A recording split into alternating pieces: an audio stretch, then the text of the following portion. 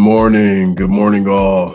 Amir Shakur here, and welcome you once again to the segment Amir Shakur Speaks Morning Show, sponsored by ASN News. And today we're in a somber moment. Not a great moment for America, not a great moment for American history, and we'll talk a little bit about that. We are setting the pulse for conversations for the future. And I just wanted to, before we get into the deep dive of this, I want to welcome you to Amir Shakur Speaks Morning Show, which we're setting the pulse up and establish authority and set the conversation. We want to set today's intention and be purposeful about our conversations here as we're speaking peace to power, truth to power, and giving a shout out to all of those who are continuously standing on the front lines, making determinations that are for the people, by the people. You are tuned into the heartbeat of the culture. I am your host, Amir Shakur, and I get a little choked up for some reason or another, but sometimes it's like that. So welcome to the Amir Shakur Speaks Morning Show. If you are on the chat room, Amir Shakur Speaks broadcast channel, come on and stand up. And this topic here is it's definitely one which I would hope that you will want to voice your opinion on. Coming from the heart of the ABS studios, powered by Amir Shakur Speaks, or ASN News, and redefining what it means to lead in your community. No filters, no scripts, just the uncut truth. Welcome all of the VIPs, Canada, UK, the Al Jazeera Network, Ghana recently added. Thank you guys for just continuously supporting. And we're talking about a very specific conversation.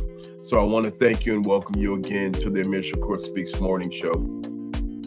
Today we're discussing a pretty dreadful event in American history, and it's our feature this morning. It's on yesterday, April 29th, the Supreme Court ruled, let's get right into it. The Supreme Court ruled to overturn the historic Voting Rights Act of 1964. Not only a tragedy to America, but a tragedy to a global tragedy. Black districts, majority Black in Louisiana specifically, were weakened by Section 2 of the Voting Rights Act of 1965. It was a conservative majority that was deemed unconstitutional by racial gerrymandering, and it limited the ability to use race in redistricting and opening the doors to reduce minority representation. What does that mean? We're going to break that down. The court found, in layman's terms, the Supreme Court yesterday found that the map was drawn to increase Black voting power is unconstitutional, and it's racially based gerrymandering is what they were saying. So the impact of it, basically, as it stands, the ruling makes it harder for any district in America to rewrite racial discrimination when we see it around the country. Texas, Florida, anywhere, Texas, Florida, some of these highly contested states, which were contested in the past, they are no longer being able to be contested because of this act. So I'm going to go forward before we show the clip to say that this is a shift in standard, and the ruling makes it harder to prove racial discrimination in voting rights acts around the country. So we're going to go to a clip real quick, because I just want to magnify the moment so you guys at home who are watching can understand what this is and why it's such a major blow to civil rights around the country, and why you should be alarmed. All right. So as we're waiting for the clip to come up, please feel free to like, subscribe, and share to the channel, and we'll get right into it. Give me 1 second and let's go ahead and go for it.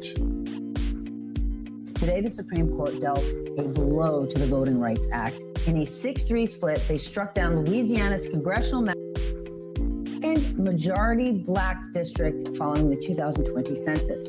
Justice Samuel Alito wrote that it was an unconstitutional racial gerrymander in the majority's opinion, and he offered a revised interpretation of Section 2 of the Voting Rights Act, which protects against racial discrimination in voting, but did not overturn it altogether.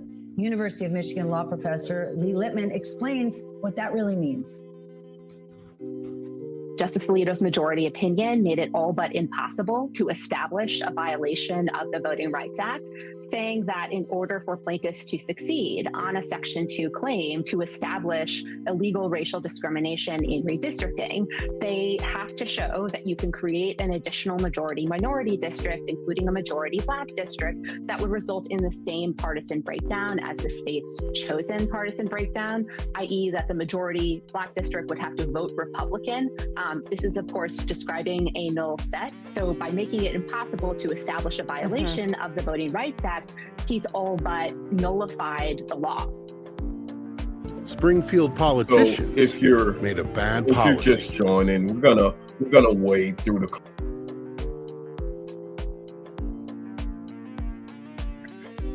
in reference to the federal gerrymandering from the Supreme Court, saying that Because this bad policy this means policy credit cards is horrible. It's a knock to civil rights, and it's overturning of the Voting Rights Act of 1964. What is the Voting Rights Act of 1964? Let's go into that a little bit, and we won't go back to the last segment. But if you're just joining us, we are talking about the key decision from yesterday, the 29th, from the Supreme Court that found that the map from a Louisiana district was drawn to increase the voting Black power, and it was unconstitutional. So what's going to follow is a flurry of districts around the country are going to be contested because they can't use, according to the civil rights, according to the attorneys, they can't use civil rights or race to redistrict and shape voting anymore, which for many of us, a lot of the Republican-led districts have used race to redraw the district. So now you can't reverse that, or it can't be reversed. It just seems like a step in the right direction. And here's the thing. This is overturning what we know is the historic 1964 Voting Rights Act, 65 Voting Rights Act, I should say, which was signed into law by President Lyndon B. Johnson on August 6, 1965. And it's a landmark piece of federal legislation designed to enforce the 15th Amendment, outlawing literacy tests, poll tests. You know, at that point, you would go to a poll if you were Black, and basically you would be subjected to a test. You know, how many cookies in a cookie jar, that, you know, just anything that they can think of to stop you from voting. These were discriminating voting practices, and it mandated federal oversight of legislation, which registered in areas of historic discrimination, Texas being one that we can think of. Florida has been known to be that way. You know, we're not calling these people out, but we're speaking truth to power. So this historic voting rights legislation was overturned. The historic Voting Rights Act of 1965, you know, again, was the landmark piece that involved Dr. Martin Luther King Jr. and President Lyndon B. Johnson. And this was a picture of the signing from that historic day when the Voting Rights Act was signed into law. Well, guess what? The Supreme Court just overturned that yesterday. And it's establishing a precedence now for discrimination like none other, and significantly in decreasing minority representation when it comes to challenging voting, challenging redistricting, challenging things that are not correct. Also sets the precedent. It also sets the precedent for discrimination, which the Supreme Court says that, you know, if we do the status the same as now, it's allowing discrimination because it's based upon racial gerrymandering. But remember, the United States, the way that I can explain this best is the United States has a history of discrimination when it comes to voter pre-clearance or voting registration and voting laws and voter participation, especially in minority communities, especially under this President Donald Trump. So what you're seeing now is you're seeing that the Supreme Court is allowing a lot of this racial gerrymandering from the MAGA and the Trump administration to go forward unchallenged, unchecked. So we'll talk a little bit about that. If you're just joining us, I'm going to suggest that you stick in and share, go back into the screen, and we'll talk a little bit more about the historic ruling from the Supreme Court yesterday, which basically overturned the 1965 Voting Rights Act. And this Supreme Court not only has done that, but I mean, you know, Roe versus Wade was overturned under the Roberts Supreme Court. A lot of landmark rulings that you've seen, which is the Dobbs versus Jackson Abortion Act, Anti-Abortion Act. The court overturned Roe versus Wade after nearly 50 years of federally protected abortion rights. And I mean, it's just a striking move. It's a big blow to civil rights around the country, and we have to see this for what it really is. I want to go to a video of what it is, and we're gonna skip some normal segments that we normally do because I think this is such an important piece. But let's understand what the Voting Rights Act of 1965 was, and the National Constitution Center did a great job with breaking it down. So I want to show that video, and without further delay, let's pull that video up. The 1965 Voting Rights Act, it's really important to understand the reach of the 1965 Voting Rights Act. So it had a number of provisions that were designed to get at racial discrimination in voting, but probably its most important provision was the pre-clearance regime that the Voting Rights Act of 1965 established. So states that had historically discriminated against African Americans had to pre-clear any changes to their voting laws with the federal government before those changes could go into effect. Now, the real life impact of this was momentous. African Americans had voter registration and turnout in some parts of the South at this time at like 0%. And it skyrocketed in the wake of the 1965 Voting Rights Act. Had the court in 1966 determined that the Voting Rights Act was unconstitutional, all of that progress would never have happened, because it really was Congress's attempt to try to be creative to address almost a century of discrimination in voting. But by 1966, the court was on board.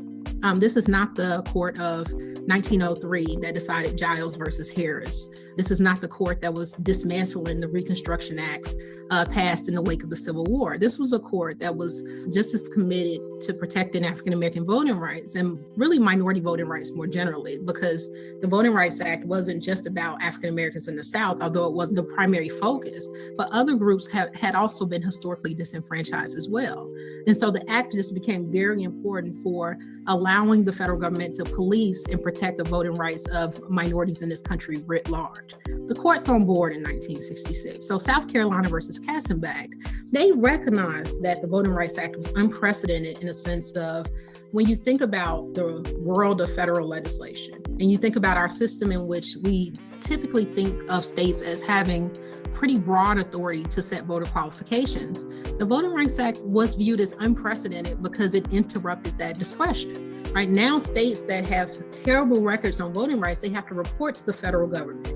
That is not typical in our system, but the Supreme Court recognized that it was necessary, right? It wasn't that Congress had not tried case-by-case litigation, challenging, restricting. So here's the thing, we're gonna stop right there, and we appreciate that video.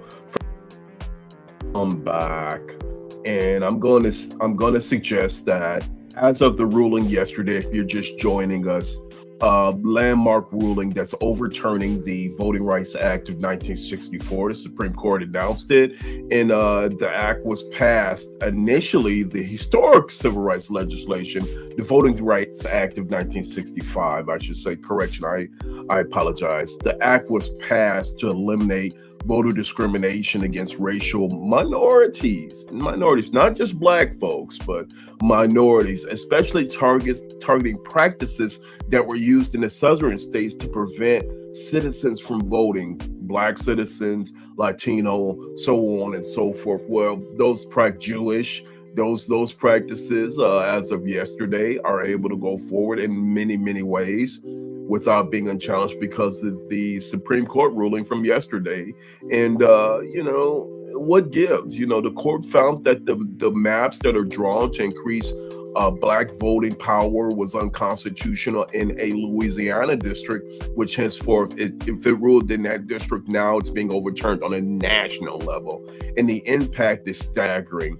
Justice Samuel Alito's opinion restricts the use of race in mapping districts, narrowing the scope of the landmark Voting Rights Act of 1965. What gives? What do you guys think? I want to talk a little bit about that, but let's go to the VIP room. And a lot of our rights are being violated all the time. It is sad to see that the lawmakers don't care. I think field of freedom of speech, human rights, and voting rights, I'm losing faith in this system. Well, yes, this system is a system that is designed to overturn historic legislation. Let's keep in mind that this particular Supreme Court, and we'll talk a little bit about them again, has a lot of political consequences that are outside of the interest of the public. Remember, they're the ones who overturned Roe versus Wade several years back in landmark rulings, which was from 2017 to 2024, the first Trump presidency to the second one. They've wasted no time in dismantling the civil rights apparatus of the United States of America. The court overturned Roe versus Wade, ending nearly 50 years of federally protected abortion rights and returning the authority to regulate or ban abortion to the individual states. Let's not forget Trump versus the United States in 2024. The court ruled 6-3 that former presidents have absolute immunity from criminal prosecution from official acts, something that was urged on by the Trump administration and performed while he was out of the office. But the court ruled in Mr. Trump's favor that giving immunity. So basically, if you're a president, you have immunity from being prosecuted. What about the 2023 affirmative action? The court effectively ended race contentious admission programs in the higher education and students for fair admissions versus Harvard. The Students' Fair Admissions Act versus Harvard, a ruling that race could not be used as a standalone factor in admission. So basically, national universities cannot say, hey, we know it's hard for the Black or Latino or maybe Asian students. So the ruling dismantles all of that, tears it apart. And it was done as a result of, I believe, a challenge, according to the administration, a challenge by some Asian-led students. Again, questioning the intent here is what we're doing. So yesterday's ruling, if you just joined this, has overturned the historic Voting Rights Act of 1964, a jewel in the civil rights era, a jewel for affirmative action, which has been dismantled, and a jewel and a historical landmark, which involved the work of Dr. Martin Luther King Jr. Congratulations, Mr. Trump. And you're dismantling and trying to overturn and make America a mega-based, WASP-based America is one step towards more of a reality. So what we're looking at is the court struck down a Louisiana redistricting map. It's Louisiana versus Calais, I believe. That's the ruling from yesterday, by the way. And it ruled that it was unconstitutional and racial gerrymandering, meaning that basically, the policies and the procedures and the protocols that were in place were against what the law provides. It's outside of the law, and it critiques or argues and further narrows against the Voting Rights Act of 1965. All right, that's where we're at. We're 25 minutes into the segment. We're gonna avoid the normal segments, and we're gonna go to a segment which I believe is very important. It's our Amir Shakur Speaks editorial. And in that editorial, I want you to understand a few things. And we're going to start. I want you to clip this. I want you to notate this. And then we'll go back to the VIP room. The editorial today is Amir Moments editorial. And what I want to discuss is also that and combine that with the biggest losers of the week. And the biggest losers of the week would be these guys. These guys are let's give you a better picture. These guys are the Supreme Court of the United States of America. And the court's conservative wing, which includes Justice Samuel Alito, and the majority found that the state's use of race in creating a map was unconstitutional, now allowing major legislation and a breakdown of the 1965 Voting Rights Act. This court would be, for me and many of us, they are the biggest losers of the week, and we'll go and do a better picture about that. There you go. And why is that? Well, Justice Elena Kagan authored the dissent with Justice Sonia Sotomayor and Ketanji Brown dissenting, but all of the other folks, including Justice Clarence Thomas, voted to enact this historic, horrible legislation overturning the 1965 Civil Rights Act. So what I want to say is let me come back and let's end this with an editorial. And I want you guys to clip this. But before we do, if you're just joining us, yesterday's legislation overturning the Voting Rights Act of 1965 has happened. One of the worst pieces of legislation overturning probably since the abortion ruling in a few years back. This is right up there. So what do you have to say? Yes, because Taco's a criminal. Look at what he's done already. Taco's still doing illegal things. Damn shame on them. Bliss. And good morning to you as well. Not such a good morning, but I get you. So let's do this. I want to go back to this editorial and we'll go ahead and end it. If you guys have any comments, concerns, anything that you would like to say, please feel free to. Don't hold your voice. I always encourage standing up and speaking out on Amir Shakur Speaks. And, your voice matters. We get 80,000 people a month through our segment. It's not a lot compared to others, but it's enough that, people will definitely be able to hear you. So feel free to go into the YouTube channel, Amir Shakur Speaks broadcast channel, and you can also go here and, we'll love to hear what you have to say about it. There's also the banner. We're going to go ahead and just pretty much finalize this by saying that yesterday was another change in America from a Trump administration that basically has shown that it is willing to act outside of not just public interest, but act outside of the will of the people, the constitutional will of the American public. And that's not just blacks, that's not just minorities, but that is the American public. This president has shown and proven once again that he is willing to dismantle the core fabric of America, regardless of who's infringed, regardless of what it is. And let's clip this. I want you to clip this, meaning I want you to take notes. Just from the ground up, there is a siege on urban and Black America like never before. For decades, American cities have struggled and strive to be a growth institution. The metropolitans, the New Yorks, the Los Angeleses, the Chicagos of the world are under pressure like never before to show and prove that this is America, not Russia, not some third world country that treats its citizens like cattle or herd or sheep or what have you. But in 2026, this experiment, this American experiment, is a high pressure stress test. You feel me? The relationship between Washington and our metropolitan centers has shifted from a partnership to one that increasingly targets the heart of urban America, Black America, and minority America. The White House paints a grim picture of urban hellscapes that justify aggressive intervention, as we saw yesterday. This war on American cities is being fought on critical fronts, right? 3 critical fronts, that is. And what are they?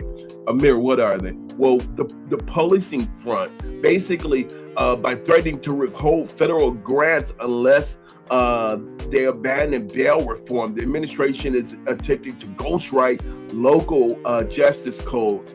And civil rights leaders warn that this is a tough on crime rhetoric, often aimed at minority Black cities like Chicago and Baltimore. And it serves as the pretext for, what we saw in the 50s when dogs were sick on citizens and fire hoses, and Black civil rights folks were being sprayed down by water hoses. This is what this mega administration wants to see. They want to see that. They want to see a return to that. The economic pressure, what about that? That's another breakdown, another rule down. The president touts opportunity zones in this administration and has simultaneously issued to execute orders to dismantle diversity, equity, and inclusion, DEI programs. And this is a systematic rollback again to a Jim Crow segregates America, to whereas, we're paired with Black unemployment and minority unemployment, a Black unemployment rate that hit 7.5% in early 2026, right? Signals that a federal retreat from the closing of racial wealth gap, you're not seeing it anymore because this administration is working hard to take it away just as hard as we're working to earn it. And what about things like the regulatory purge, right? Another thing, new orders to slash job killing, green building codes, and environmental protections. They harm all communities, and rarely do they face regulatory. I mean, what about places like Gary, Indiana, which sits across 5 or 6 major factories, and the green protections that were put in place by past administrations, basically those have been dismantled, by Mr. Trump and this administration. And it's often a rollback to these protections being vulnerable. I need you to hear me very well. America cannot thrive if its urban heart is threatened as a battlefield, and its Black and minority citizens in urban communities are being dismantled. This infrastructure of dismantling, infrastructure dismantling, for lack of a better use of the word, trying to take America back to the golden age of Jim Crow, nonetheless.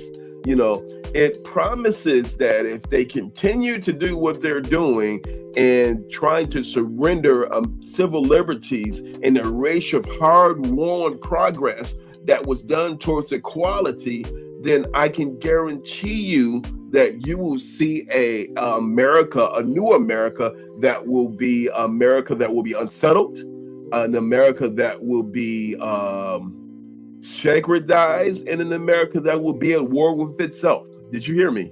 I'm saying you will see America that will be at war with itself. Maybe even a civil war to a greater or minor degree. Who's saying, hey, Amir, you're going too far with this? Well, if the goal is truly a United Nations, the federal government must stop governing through fear and start respecting the autonomy and the dignity of all the citizens, right? So I say to those who are listening and those who are watching, I say stay woke, I say stay informed. I say stay empowered. And I say keep watching this administration, because there is a war on urban America like never before. And Trump's staging it. And we have to look critically on the siege of urban and Black America for what it is. And the America that you knew of a decade ago, maybe under the Obama, that America is gone. Under the Obama administration, or even George W. Bush, that America is gone. Those Americas don't exist no more. And what we see is a purged America, sort of closer to what we saw after Louisiana was purged after Hurricane Katrina. It was a WASP type America, which basically did not justify or did not settle with the poor urban African American folks who were in that region and populated it. That was dismantled. Well, this is a larger scale version of that. It's a regulatory purge. It's an economic erasure. It's a policing pivot. And it's going back, if Mr. Trump has his ways, to a Jim Crow based America. Do you picture it? Can you picture it? One water fountain is white, one water fountain is black. The little girl can't drink on the white side. She's going to have to drink on the black side. That's what they want. That's the kind of America that they want to reenact, and we can't let them. All right. Hey, I want to know what your feelings are. If you feel like I'm going too far, let me know. I have to be able to speak my opinion just as well as you. You're entitled to yours, but let's do this. Let's stay on the watch. Let's stay visual. And I'm going to say this with all intent. Let's stay woke. It's not going to happen on my watch. If I can steer people in the right way, I will.